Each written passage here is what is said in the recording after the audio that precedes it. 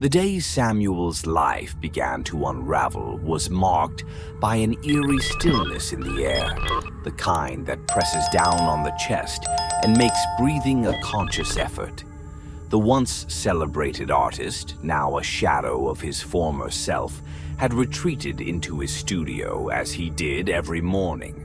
This sanctuary of brushes and paints was his world, the only place where the noise of his deteriorating mind could be silenced, if only for a few hours. Samuel's hands, usually so steady, trembled slightly as he prepared his materials. His reflection in the paint-streaked mirror caught his eye, and he paused, taking in the deep lines etched into his face.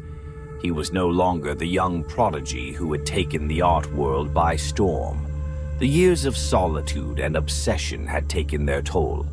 Yet he continued to paint, chasing the elusive perfection that had driven him to greatness and, ultimately, to madness.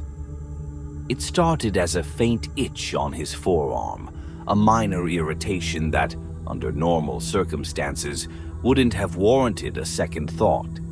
But the itch persisted, growing more intense until Samuel found himself scratching at the spot, almost involuntarily. When he finally looked down, what he saw made his breath catch in his throat. The skin on his forearm had begun to peel away in large, smooth sheets, like the thin layers of paper he used to prepare his canvases.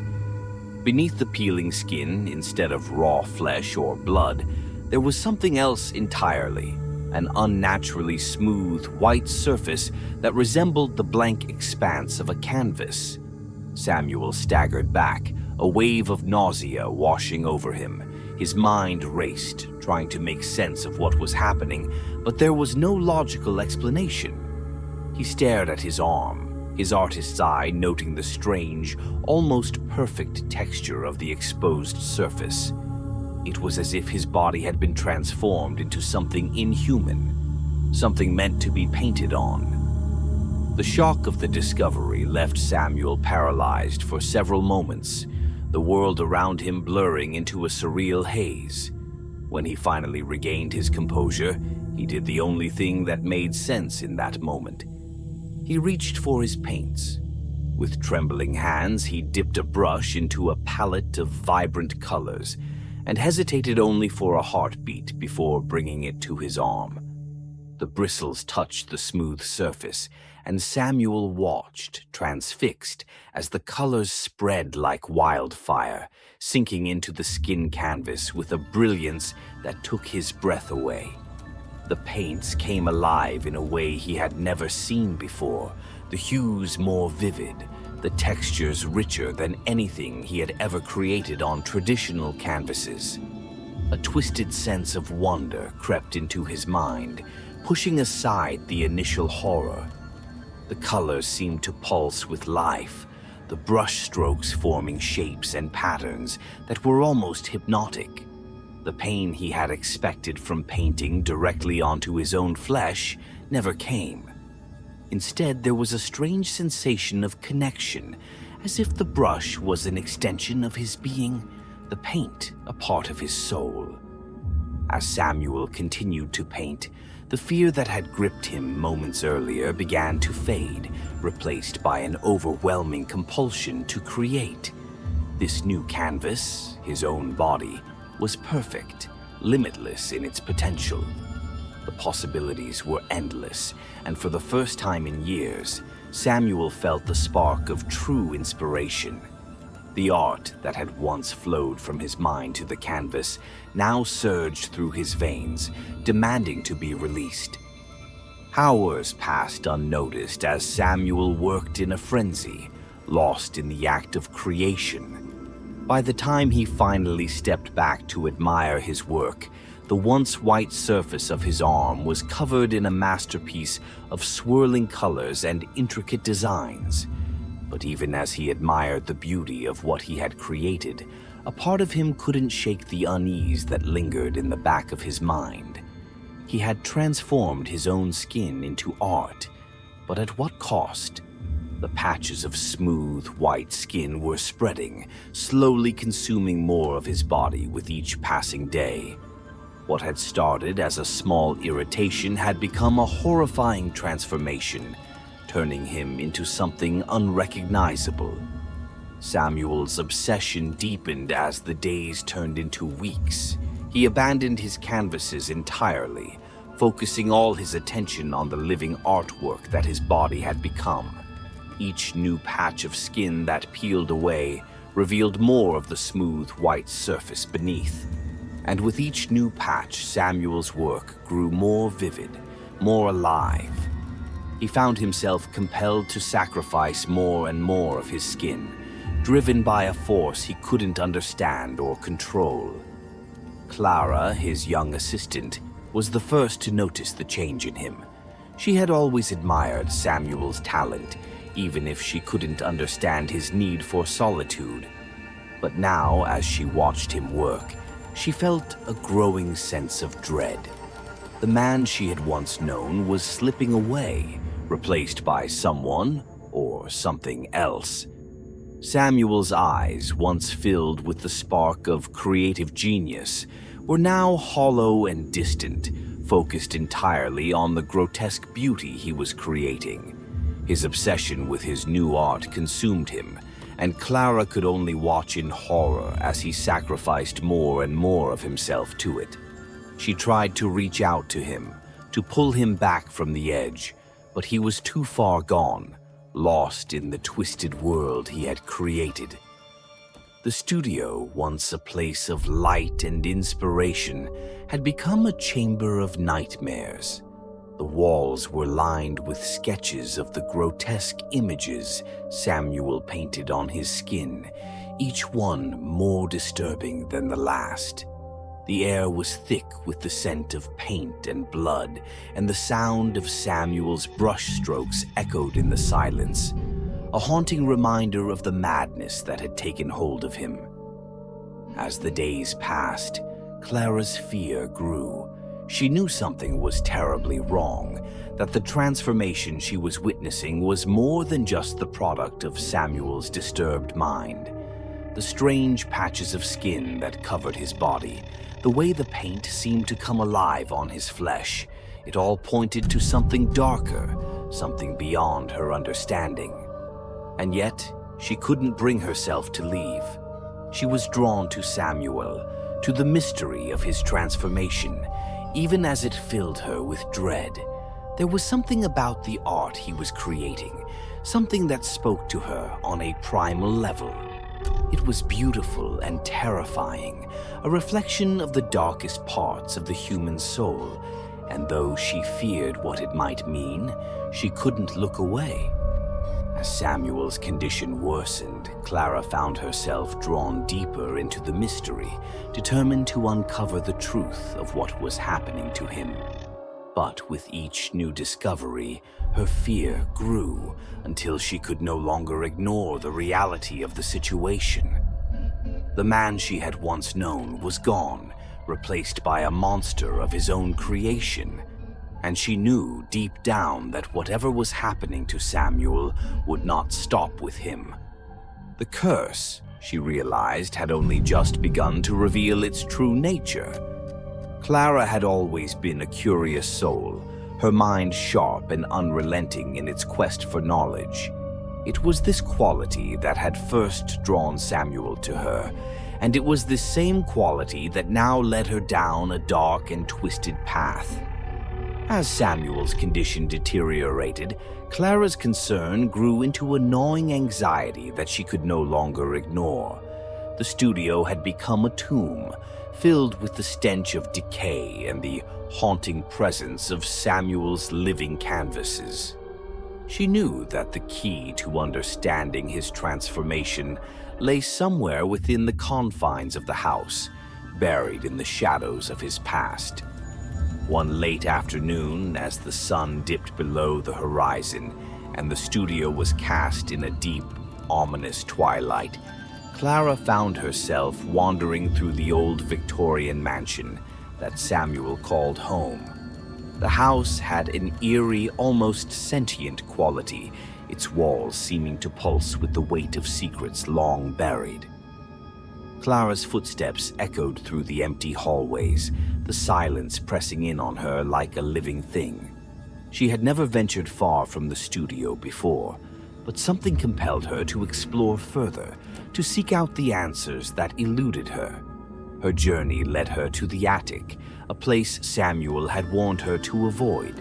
The door to the attic was old and worn, the wood splintered with age, but it yielded easily to her touch. As she ascended the narrow staircase, the air grew thick and musty, heavy with the scent of dust and forgotten memories. The attic was a cluttered labyrinth of old furniture, half-finished canvases, and relics from Samuel's past. A chaotic jumble of a life that had once been vibrant and full of promise. Clara picked her way through the mess, her heart pounding in her chest. She wasn't sure what she was looking for, only that she needed to find it. And then, in a dark corner beneath a faded sheet, she saw it. A small, intricately carved wooden box. The sight of it sent a chill down her spine, a cold, creeping dread that settled in her bones. The box seemed to radiate a malevolent energy, as if it were alive, waiting for her to uncover its secrets. With trembling hands, Clara lifted the box from its resting place and brought it into the light. The carvings on its surface were delicate and precise, depicting strange symbols and figures that seemed to shift and writhe as she looked at them. There was something ancient about the box, something that spoke of dark rituals and forbidden knowledge. Clara could feel the weight of its history pressing down on her, and for a moment she considered putting it back, leaving it to rot in the darkness where it belonged. But she knew she couldn't. This was the key to everything. The curse that had ensnared Samuel, the source of the horror that had taken over their lives. As she examined the box, Clara's mind raced back to the stories Samuel had told her of his travels, particularly his time in Eastern Europe. He had spoken of a mysterious collector he had met in a small village, a man who had been fascinated by Samuel's work and had given him the box as a gift. The collector had claimed that the box held the secret to true artistic genius, that it would unlock a new level of creativity within Samuel. At the time, Samuel had dismissed the man's words as the ramblings of an eccentric, but now Clara wasn't so sure. Clara sat down on a dusty old chair, the box resting on her lap. Her fingers traced the carvings as she tried to piece together the puzzle. She could feel the box's dark energy seeping into her skin, filling her with a deep sense of unease. But there was something else, too. A strange sense of connection, as if the box recognized her, as if it was calling out to her. It was a feeling she couldn't explain, but it compelled her to open the box, to look inside and see what secrets it held. With a deep breath, Clara released the latch and slowly lifted the lid. The box opened with a creak, revealing a small, folded piece of parchment nestled inside. The parchment was old and brittle, its edges yellowed with age. Clara carefully unfolded it, her eyes scanning the faded text. The words were written in a language she didn't recognize, a series of symbols and runes that seemed to twist and dance on the page. But as she stared at them, the meaning began to seep into her mind, as if the words were bypassing her conscious understanding and speaking directly to her soul. The parchment spoke of an ancient curse, one that bound the artist to his work in the most literal sense.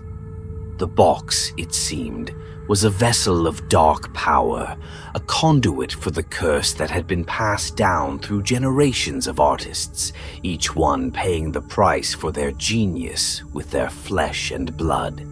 The curse, Clara realized with growing horror, had taken hold of Samuel, turning his body into a living canvas, his art into a prison from which there was no escape.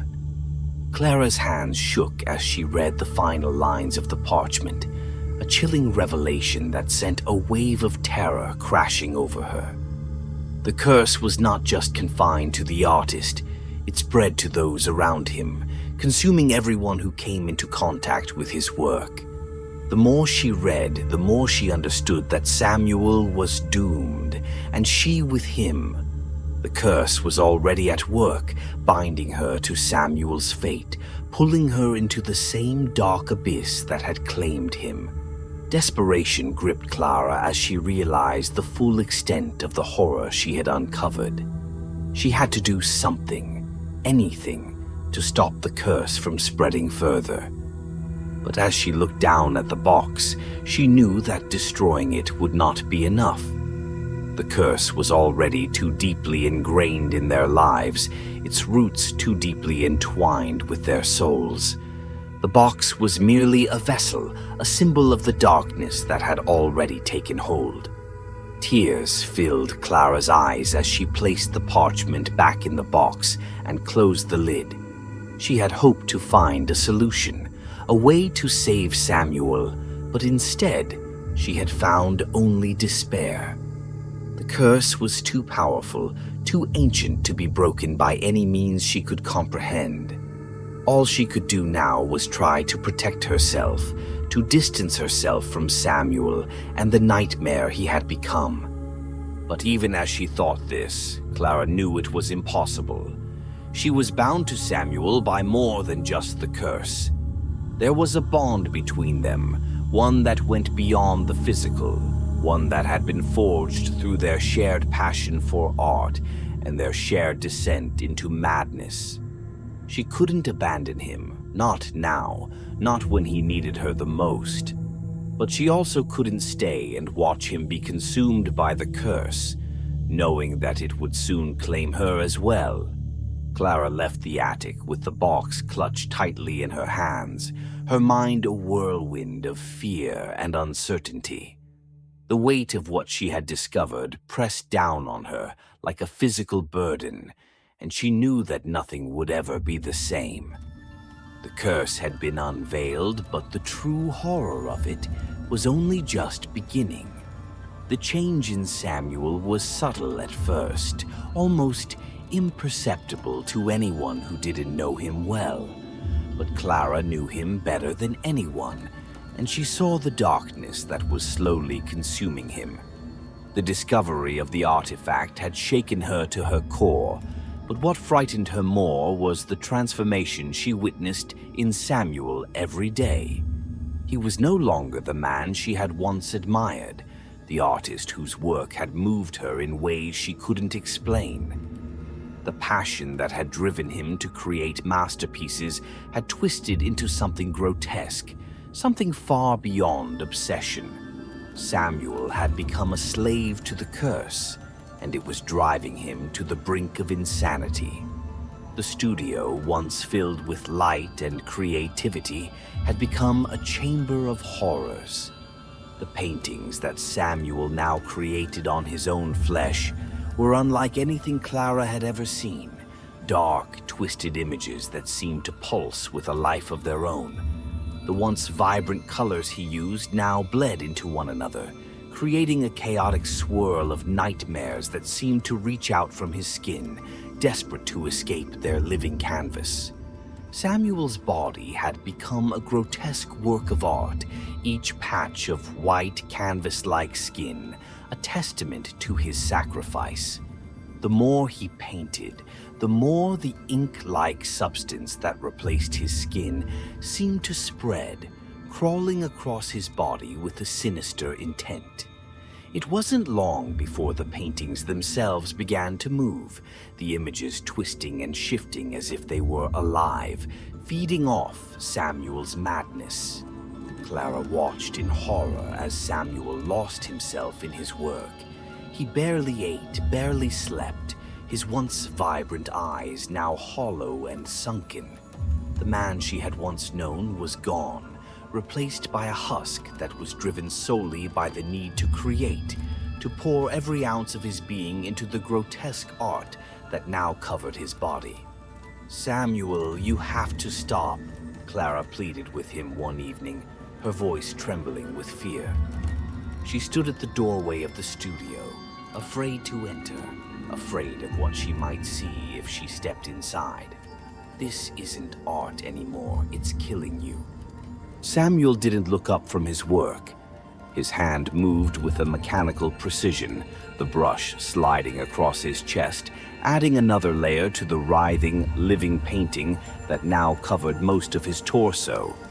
"It's not killing me, Clara," he murmured, his voice distant, detached.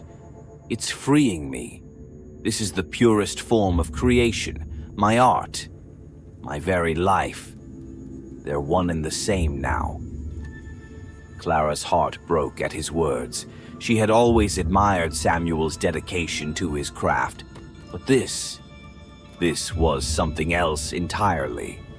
The curse had taken hold of him, twisting his passion into something monstrous. And yet, she couldn't bring herself to leave him, to abandon him to the darkness that was consuming him. As the days turned into weeks, Clara's fear grew. The paintings on Samuel's body became more and more disturbing, their forms grotesque and otherworldly. She could see the ink-like substance beneath his skin pulsating with each brushstroke, as if it were alive, as if it were feeding on Samuel's very soul. One night, Clara awoke to the sound of soft whispers, voices that seemed to echo through the walls of the house.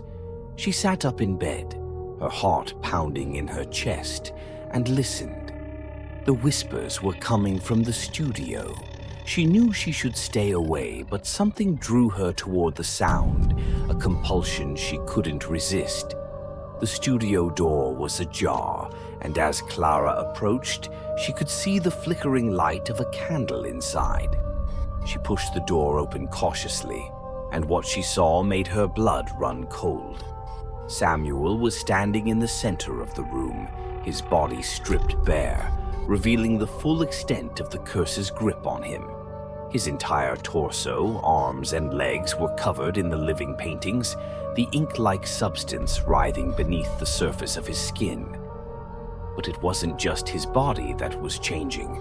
The paintings themselves were moving, twisting and contorting into horrific shapes that seemed to reach out into the air, trying to escape their confines. The whispers grew louder as Clara stepped into the room, the voices incomprehensible yet filled with a malevolent intent. They seemed to be coming from the paintings themselves, as if the images Samuel had created had taken on a life of their own, a life fueled by his madness. "Do you see it, Clara?" Samuel's voice was a rasp, filled with a twisted kind of reverence. "Do you see the beauty in it?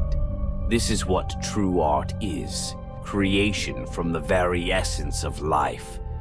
Clara's stomach churned as she watched the paintings twist and contort, the grotesque figures merging and separating in a sickening dance. She could feel the darkness in the room, pressing in on her, suffocating her with its malevolence. This wasn't art. This was something far more sinister, something that had taken over Samuel and was now trying to spread, to consume everything in its path. "You need help, Samuel," Clara said, her voice trembling. This isn't right. You're not yourself anymore." Samuel turned to face her, and for the first time, Clara saw the full extent of the madness in his eyes. They were wide and unblinking, filled with a fervor that bordered on hysteria. His face was gaunt, his cheeks hollow, but it was his eyes that terrified her the most. They were no longer the eyes of the man she had known. They were the eyes of someone who had been consumed by something far beyond his control. "I am more myself than I've ever been," Samuel whispered, stepping closer to her. The paintings on his skin seemed to pulse with each word, as if they were alive, reacting to his voice. "This is my masterpiece, Clara. This is what I was meant to create." Clara backed away, her heart pounding in her chest. She had to get out of there, had to escape the madness that was consuming him. But as she turned to leave, Samuel reached out and grabbed her arm, his grip surprisingly strong for someone so emaciated. "Don't you see, Clara?" he hissed, his eyes boring into hers. "You're a part of this too. You've always been a part of it. This is our art, our creation. We can't stop now." Clara wrenched her arm free, her skin crawling at the touch of his ink-stained fingers. "No, Samuel, this isn't right. This isn't what art is supposed to be." She turned and fled the studio, the sound of Samuel's laughter echoing behind her, a chilling sound that followed her as she ran through the darkened halls of the house.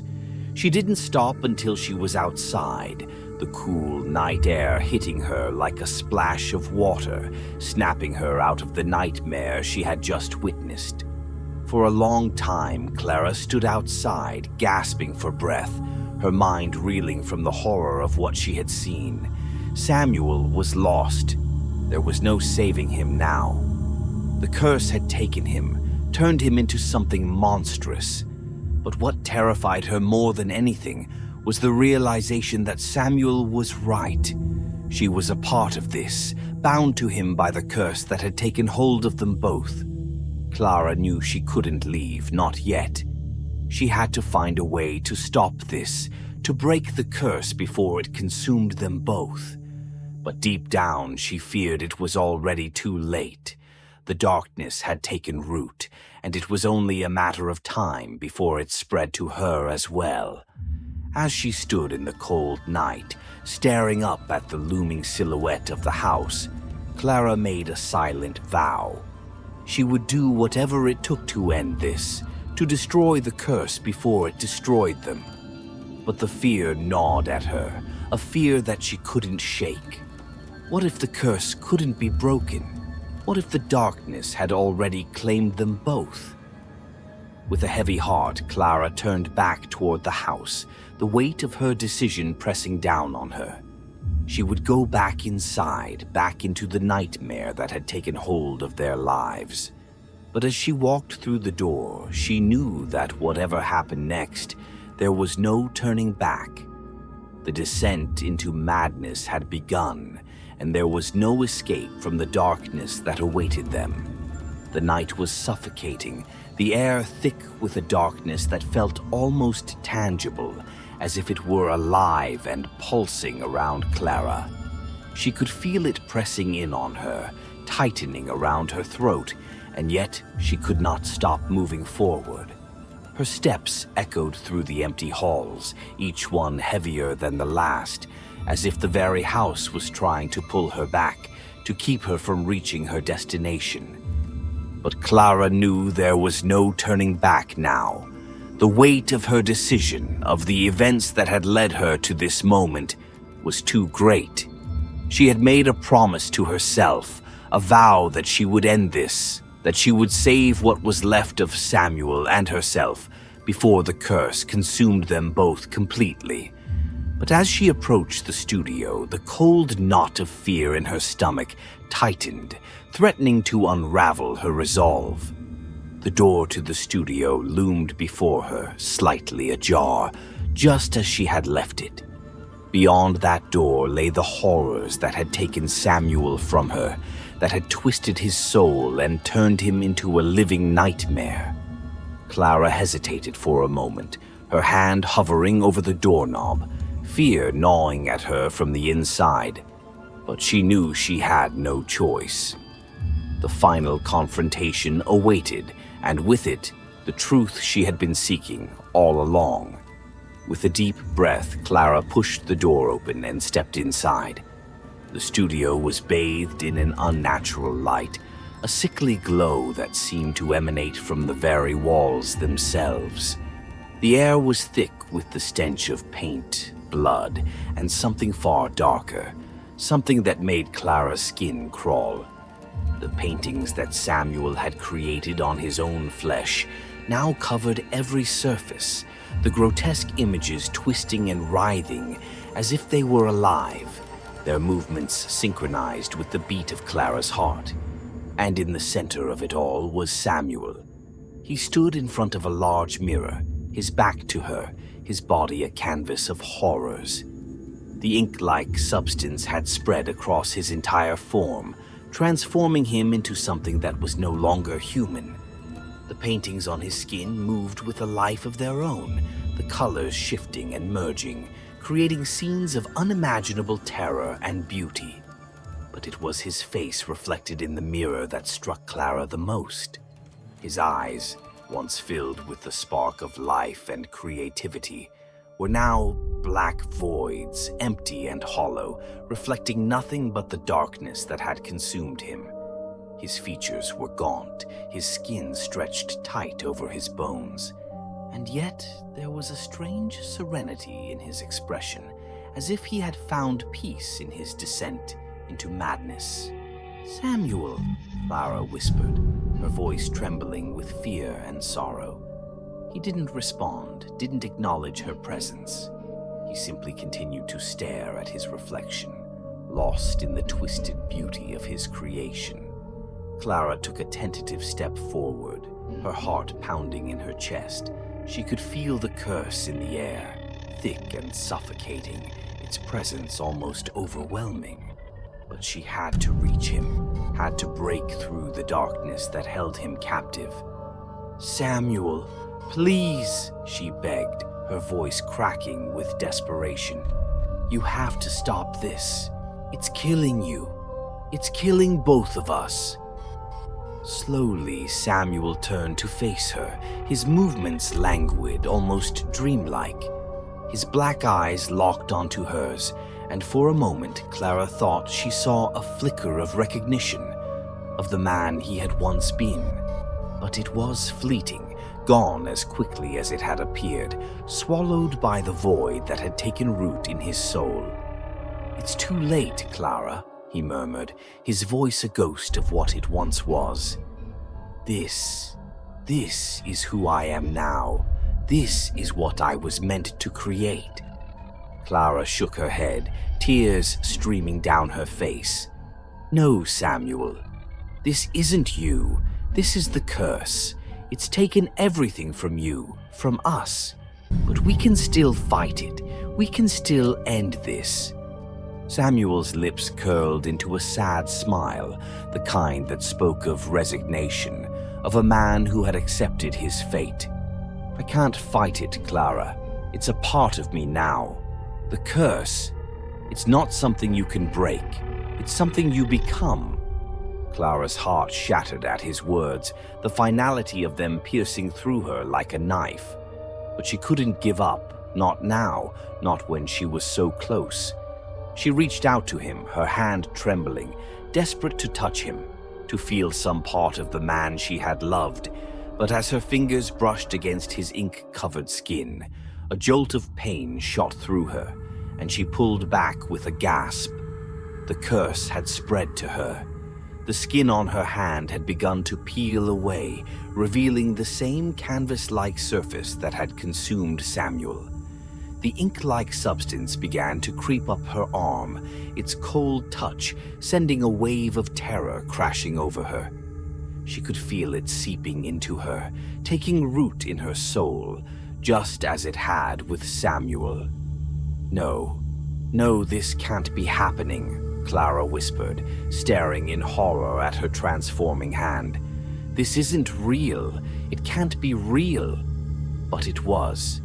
The curse had already claimed her, just as it had claimed Samuel. There was no escape, no way to turn back. The darkness that had consumed him was now spreading through her, twisting her mind, filling her with the same madness that had taken him. Clara looked up at Samuel, her vision blurred with tears. "What do we do now?" she asked, her voice barely a whisper. Samuel's sad smile deepened, and he took a step closer to her, his hand reaching out to touch her face. The ink-like substance that covered his skin felt cold and slick against her cheek, but she didn't pull away. There was a strange comfort in his touch, a connection that went beyond the physical, something that bound them together in their shared fate. "We finish it," Samuel said softly. "Together." Clara nodded, the tears streaming down her face. She knew what he meant, knew that there was no other choice. The curse had claimed them both, and there was only one way to end it. Together they walked to the center of the studio, where a large empty canvas stood waiting. It was a canvas that Samuel had prepared weeks ago, before the curse had fully taken hold, before he had become the monster he was now. It was blank, pure, untouched by the horrors that had consumed their lives. Clara looked at Samuel, her heart heavy with the weight of what they were about to do. But she knew it was the only way. They had to finish the painting, to pour the last of their souls into the canvas, to create the final masterpiece that would end the curse once and for all. Samuel picked up a brush, his movements slow and deliberate. Clara did the same, her hand trembling as she dipped the brush into the ink-like substance that now covered her skin. They worked in silence, their strokes steady, their minds focused on the task at hand. The darkness that had consumed them, that had taken everything from them, was now being channeled into the canvas, each stroke a release, a final act of defiance against the curse that had claimed them.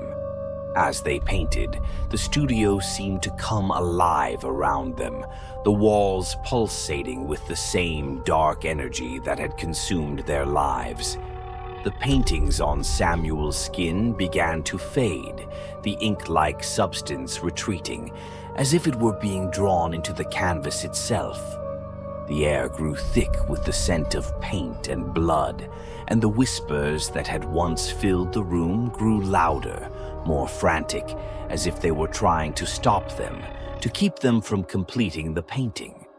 But Clara and Samuel kept going, their brushes moving in perfect harmony, creating a scene of unimaginable beauty and horror. It was a painting that captured the essence of their souls, the darkness and the light, the love and the pain. It was a masterpiece that would be their final legacy, a testament to the curse that had claimed them and the love that had bound them together until the end. As the final strokes were laid down, Clara felt a strange sense of peace wash over her. The curse was being drawn into the canvas, pulled from their bodies, from their souls, leaving them empty, yet free. The whispers grew louder, a cacophony of voices that filled the room, but Clara could no longer hear them. All she could feel was the connection between her and Samuel, the bond that had brought them together, that had kept them together even as the darkness threatened to tear them apart. The painting was complete. Clara dropped her brush, her hand trembling as the last of the ink-like substance faded from her skin. She looked at Samuel, his face pale, but his eyes clear for the first time in weeks.